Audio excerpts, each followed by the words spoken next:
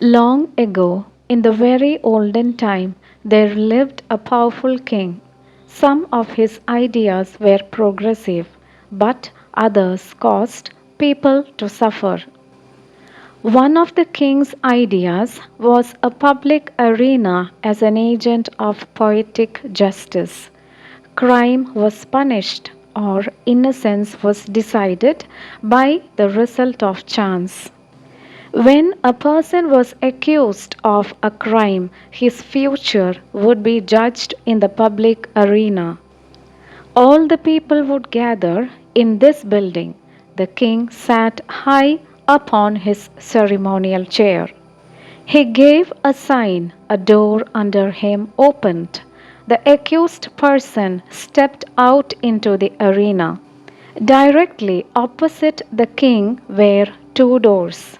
They were side by side, exactly alike. The person on trial had to walk directly to these doors and open one of them. He could open whichever door he pleased. If the accused man opened one door, out came a hungry tiger, the fiercest in the land. The tiger immediately jumped on him and tore him into pieces as punishment for his guilt. The case of the suspect was thus decided.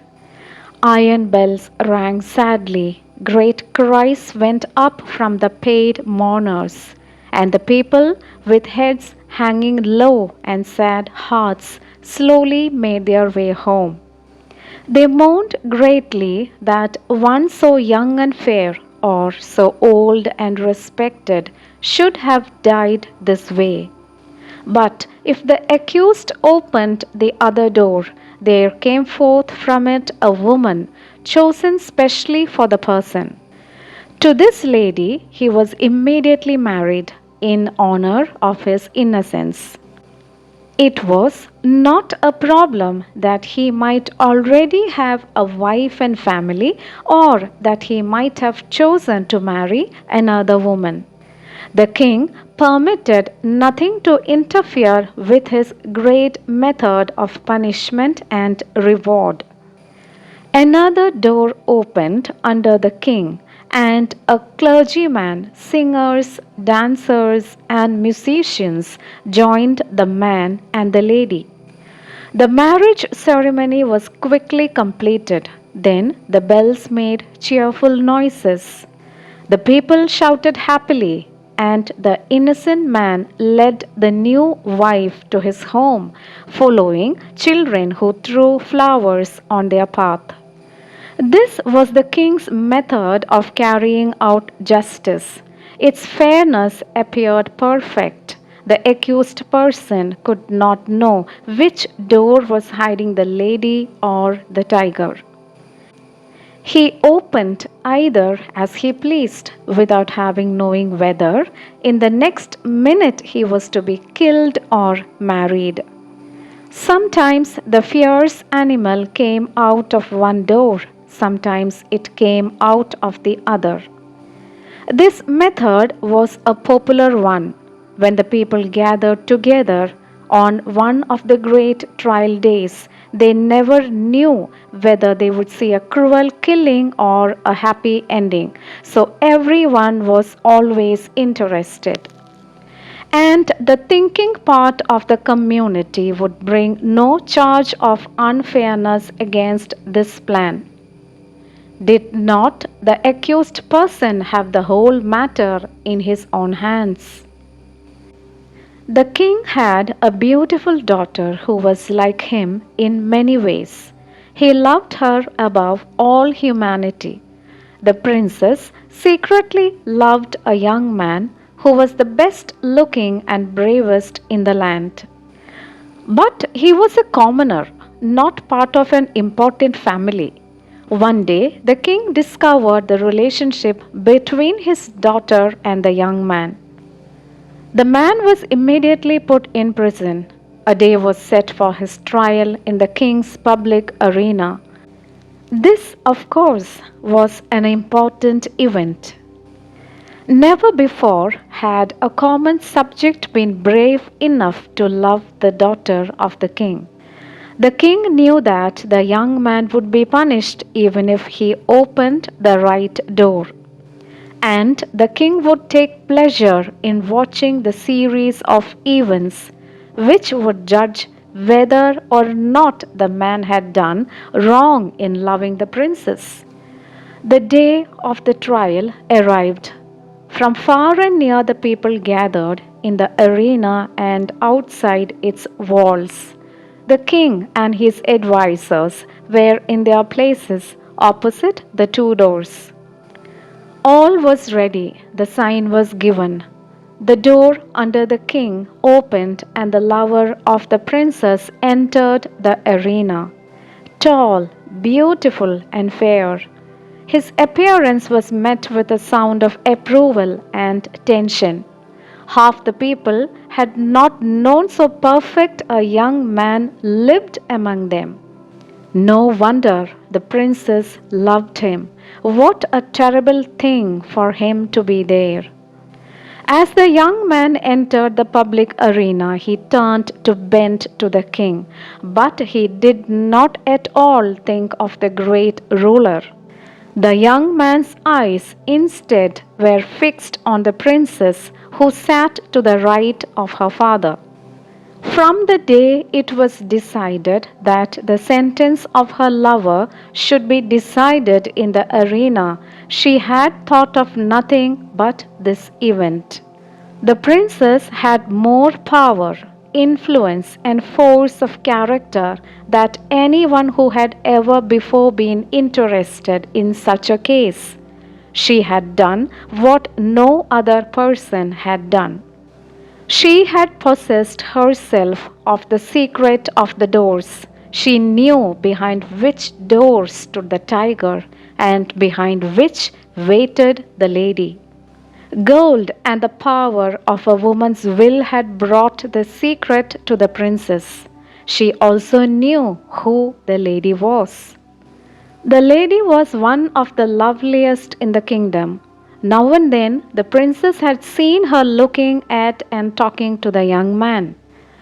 The princess hated a woman behind that silent door. She hated her with all the intensity of the blood passed to her through long lines of cruel ancestors. Her lover turned to look at the princess. His eye met hers as she sat there, paler and whiter than anyone in the large ocean of tense faces around her.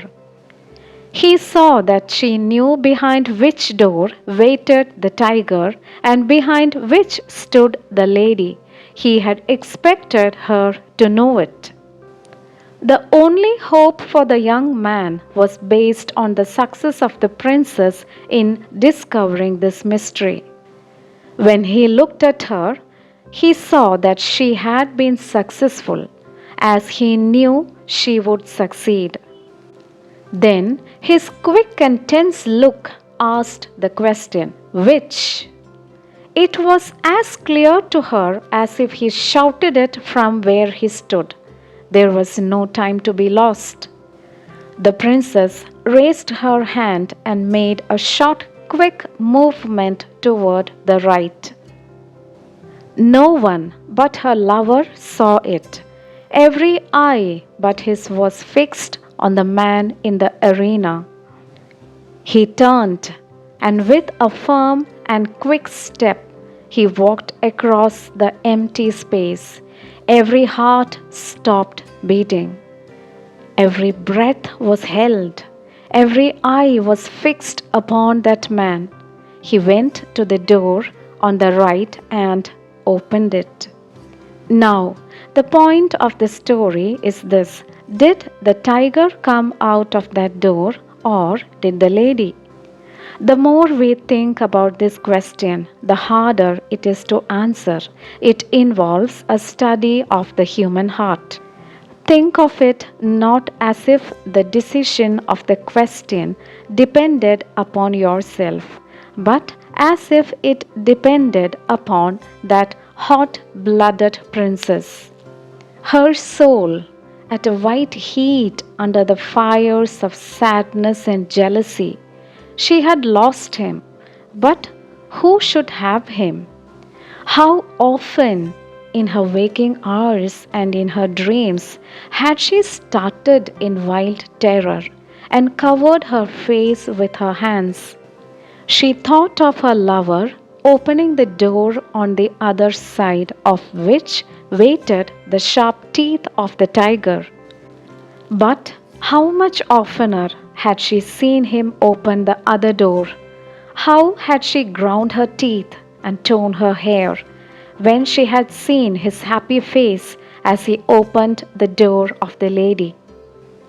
How her soul had burnt in pain when she had seen him run to meet that woman with her look of victory, when she had seen the two of them get married, and when she had seen them walk away together upon their path of flowers, followed by the happy shouts of the crowd, in which her one sad cry was lost. Would it not be better for him to die quickly and go to wait for her in that blessed place of the future? And yet, that tiger, those cries, that blood. Her decision had been shown quickly, but it had been made after days and nights of thought. She had known she would be asked, and she had decided what she would answer, and she had moved her hand to the right. The question of her decision is one not to be lightly considered, and it is not for me to set myself up as the one person able to answer it.